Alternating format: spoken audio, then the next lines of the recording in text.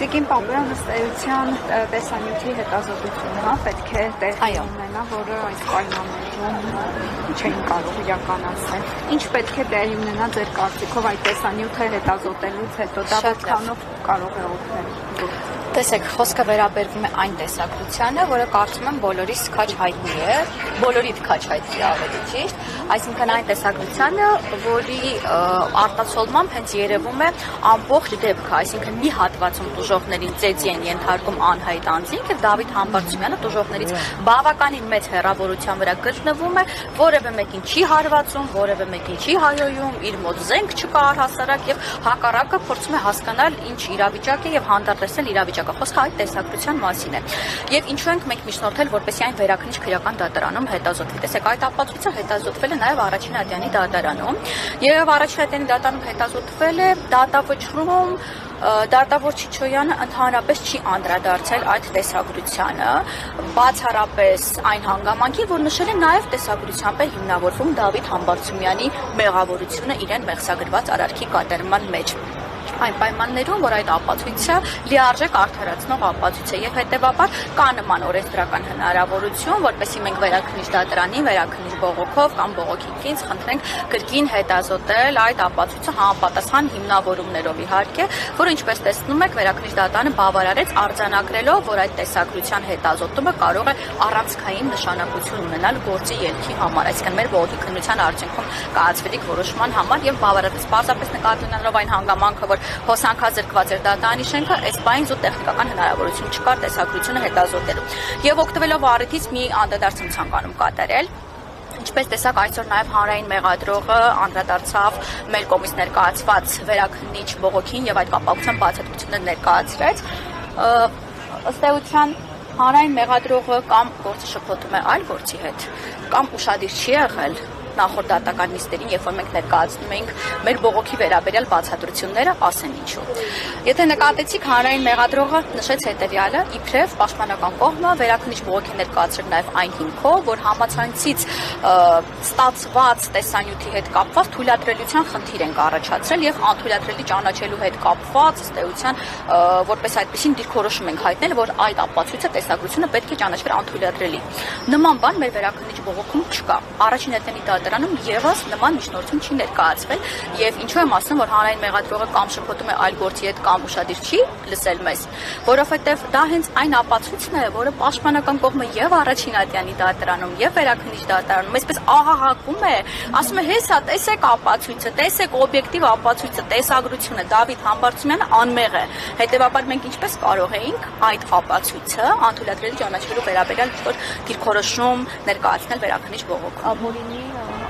Անթույլատրելիության հետ կապված դիրքորոշում բացատրություն այդպես ներկայացրեց հանրային մեղադրողը, ինչպես իբրև նման դիրքորոշում ենք մենք վերաքննիչ բողոքում ներկայացրել եւ վճռաբեկ դատանի նախադեպային որոշումներից մեկը վերջերս կայացված հրապարակեց, որ համացանցից ստացված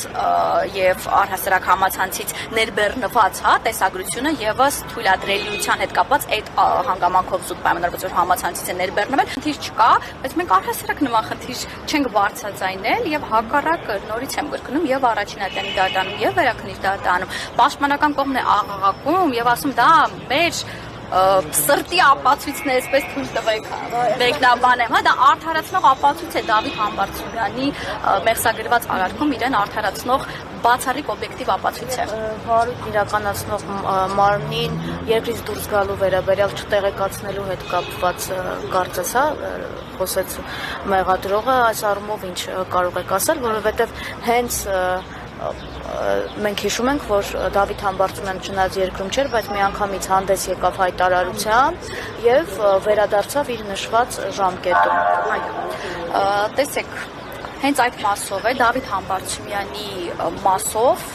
դատավճռի դեմ բողոքը հանրային մեղադրողի վերաբերվում է հենց դրան, հաստական հիմքը դա է, իբրև Դավիթ Համբարձումյանը ունեցել է պարտականություն վարույթն իրականացնող մարմին հանդես եկող Առաջին Ատյանի դատարանին տեղեկացնելու իր գտնվելու նոր վայրի եւ հաղորդակցման միջոցների վերաբերյալ, ինչը չի կատարել, հետեւաբար Դավիթ Համբարձումյանը թաքնվել է քննությունից եւ ըստ էության բողոքով միջնորդել է, որպեսզի 5 միլիոն դրամ գրավը դառնա պետության եկամուտ։ Սա դատախազի բողոքի պահանջը եւ փաստական հիմքն ու հիմնավորումը մեղադրումն է։ Այդ մասով մենք նախորդ դատական նիստին ենք ներկայացրել, արդեն հանրային մեղադրողի կողմից ներկայացված վերաքննիչ բողոքի վերաբերյալ մեր պատասխանը, բացատրությունը եւ հստակ հիմնավորել ենք, որ պետության եկամուտ առհասարակ գրավը կարող է դառնալ այն դեպքում, երբ որ անձը պարբերաբար չի ներկայացել վարույթին, թաքնվել է քննությունից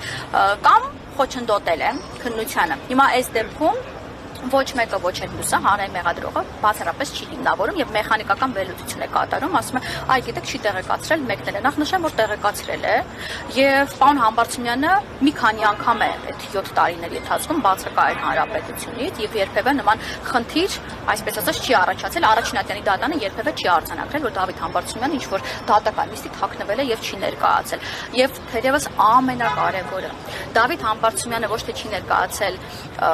գործի քննության հետ կապված, ըստ էության քննության հետ կապված դատական նիստ, այլ ընդհանրապես դատավճռի հրապարակմանը։ Իսկ դուք հարգելի լրագրողներ, կարծում եմ դուք էլ շատ լավ գիտեք, որ դատավճռի հրապարակմանը ներկա լինելը առհասարակ դա անձի իրավունքն է, պարտականությունը չէ։ Եվ ի վերջո Դավիթ Համբարձումյանը անմիջապես տեղեկանալով 6 տարի 3 ամիս ժամկետով դատապարտվելու վերաբերյալ անմիջապես եւ հայտարարությամբ հանդես եկավ եւ Ռուսաստանի Դաշնությունից անձը հասավ Հայաստանի Հանրապետություն ընդամենը հաշված օրերի ընթացքում։ Հիմա ինչպես է հանրային մեղադրողը փորձում հիմնավորել, որ Դավիթ Համբարձումյանը թաքնվել է, ինչի՞ց է թաքնվել։ Դավիթ Համբարձումյանը այստեղ է։ Եվ դատավճիռը հրապարակվելուց ընդամենը մի քանի օր հետո արդեն Հայաստանի Հանրապետությունում է եղել։ Ի տարբերություն շատ շատերի, ովքեր գտնվում են հետախուզման մեջ։ Ձեզ ևս։